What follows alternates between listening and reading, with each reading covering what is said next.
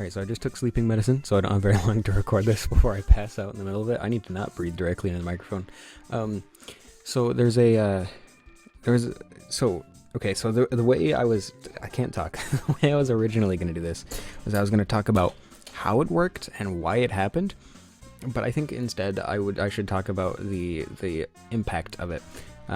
So if you didn't read the title somehow, and you're here based on the thumbnail and you just kind of like have a vague idea of what I'm talking about, there's this thing called, or even if you, I don't know what the title means. Anyway, there's this thing called near-death experiences, where if someone dies or is almost dead, like their heart stops or brain activity stops or whatever. Usually brain activity doesn't stop, but if the heart stops, or if the brain activity does stop and then they are resuscitated, so brain activity continues, then they'll come back and usually say that they have had a vivid dream-like or basically a hallucination, and they're called near-death experiences most of the time. There's this website called The Conversation, and their articles are actually under Creative Commons. It's really cool. That's a cool website. I didn't even know it existed until I started researching this. But basically, according to their article, they say that it's caused by either like interference from memory, which is, I do want to point out right now that this is not, you're not, when people die and come back and claim they've gone to heaven, or they've seen hell and they changed their life because they died and went to hell and then came back, obviously they didn't actually go to hell or go to heaven. Every single time it is basically it's influenced by what they will believe will happen, what they have heard will happen. So it's more of a cultural thing than something that actually happens. So interference from memory, it can also be, or it might also be caused by endorphins during, the trauma of dying. Anesthetics like ketamine could cause it. Natural DMT. DMT is a hallucinogen that your body naturally produces at birth and at death, which might cause like a re-experiencing or remembrance of birth. I've heard it described as, which is the light at the end of the tunnel sort of thing. Lack of oxygen can also cause hallucinations, so lack of oxygen to the brain. And it's depending on which brain hemisphere, and this is all not theoretical, not hypothetical. What's the word I'm looking for? This is what we believe is happening. It's not there's no obvious reason that it's happening. These are some theories as to why it could be happening, not scientific theories. Well, I guess hypotheses. So the way it works, or from the left side of the brain, people will usually get like remembering things, life flashes before your eyes sort of thing, or doing out-of-body experiences that'll usually occur in the left hemisphere, and seeing spirits and all that, visions of heaven, the pearly gates and hell and demons and all that comes from the right brain. Interestingly, the right brain is basically the creative side of the brain, and the left side is the analytical side of the brain. Of course, there's some intermixing. I don't know exactly how brains work, but largely, from what I understand, this might be completely wrong. I am not a neuroscientist.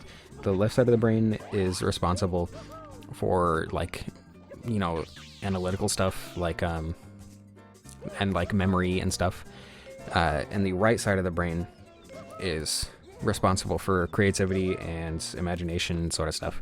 If that makes any sense. So basically, the spirits and stuff you see is being created by your brain, and remembering and life flashing before your eyes is happening because of the left side of the brain.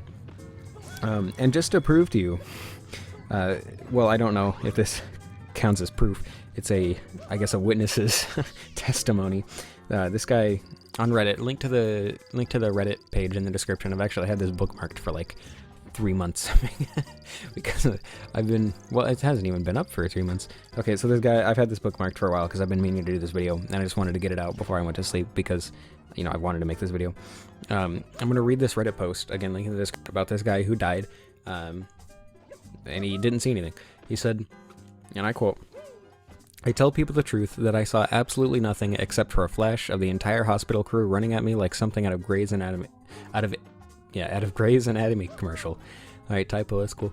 People keep trying to say, oh, maybe there was some sort of light or some sort of afterlife I missed, or that I wasn't fully dead. I tried to explain that my brain function was stopping and my heart was gone for 8 minutes. Another typo, cool.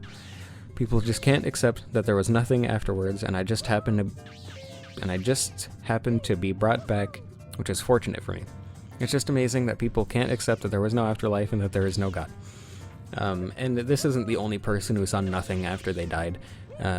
This happens, I mean, I'm sure there are plenty of people this has happened to, but there are also plenty of people who died and claimed that they did see heaven or claimed that they did see hell. And again, that goes back to hallucinations, or almost definitely hallucinations and dreams, or dreamlike things, for the reasons that I stated earlier. So now more to how I have heard this stuff in, like, you know, my experience with it, you know, name of the series. So the first time I remember hearing of someone dying and coming back to life and saying that they saw heaven, I don't remember his name, but basically this guy, he said he died, and he said he came back to life. He said he woke up in a field, you know, flowers all around, that sort of thing, and that he just felt this overwhelming love. So basically he was saying he felt the presence of God. And this guy was essentially a celebrity among Christians because he proved Jesus is real or whatever because he was in heaven. I can't remember his name. He came to our church. He came and spoke at our church, and I thought that was the coolest thing because we were a small town church, Tillamook County. You know, that I think we had 200, maybe 300 people coming to our church every week. So it was a pretty small church. The youth group specifically at that time was only like 6 or 7 kids. So it was a small church, you know. And this guy who had been, you know, to who knows how many churches over the past 2 Sundays talking about his experience. It felt like a celebrity had graced us with their presence, which I find kind of funny. Because obviously I was taught to not idolize people or anything because God, you know, God should be the only thing you're worshipping, but you know, we treated him as such, you know, an amazing person because he was graced with this amazing experience. God had given him this amazing gift of seeing the afterlife, so that he could come back to the earth and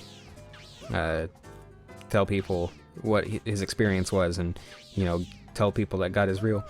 And you know, if God has to go to those lengths, you know, showing someone who dies heaven, then is he really God? Why can't he just show everyone, hey, heaven exists? Because I know an argument in the Bible is if they didn't believe, Jesus says, I'm not quoting exactly, this is paraphrased, but basically, if they didn't believe Moses, then they're not going to believe me. So if they didn't read the Bible and believe that, then why would they believe angels coming from heaven? I don't know. I feel like one's a bit more convincing, just a little bit. I hate that argument.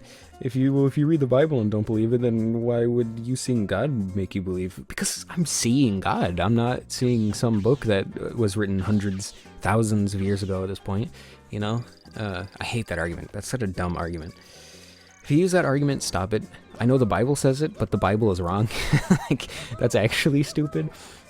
And I try not to say that too often. I try not to be too harsh about these sorts of things because, I mean, I was in that place, and if I heard me saying mean things like that, I'd be like, well, no, you're obviously wrong because God is all-knowing. How could you be right? You're just a stupid guy on the internet who doesn't believe in God, who's obviously real.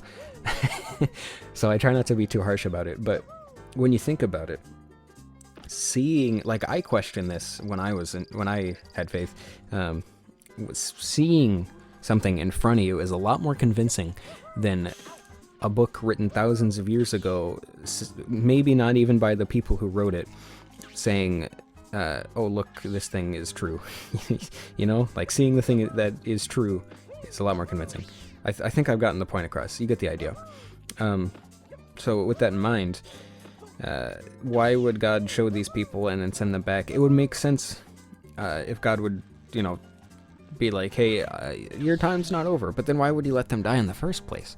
I guess that would be interfering with free will or whatever. But then at that point, they wanted to state it. I know of people who have died, quote unquote, gone to heaven, said they gone to heaven, came back to life because of doctors, because God said it wasn't their time yet. But they said, but God, I want to stay. Like, I was like, nah, you got to go convince people. So how is that not infringing on their free will? So the free will argument the argument against the problem of evil that consists of saying free will is kind of moot no matter how you twist it. So you know.